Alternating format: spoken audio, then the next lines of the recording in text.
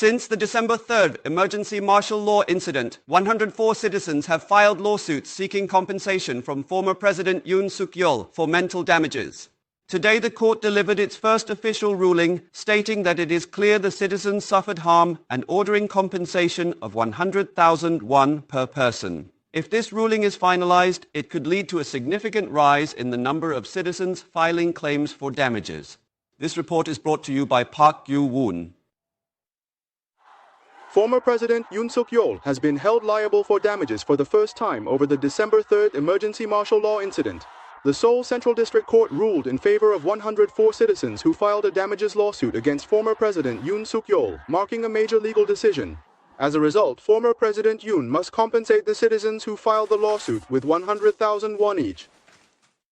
The court expressed that it is evident the plaintiffs, representing the public, endured considerable emotional pain through fear, anxiety, frustration and shame, concluding that compensation of 100,000 won is reasonable.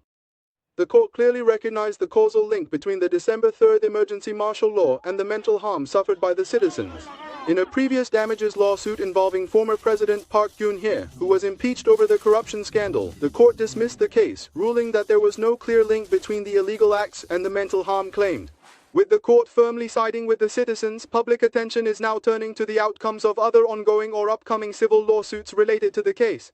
With this ruling, former President Yoon is required to pay around 10 million won in compensation. However, if the decision is finalized and more citizens file lawsuits, the total amount of compensation could snowball significantly.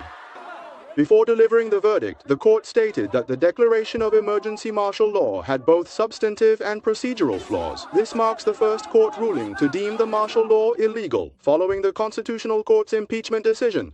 MBN News, Park Yoon.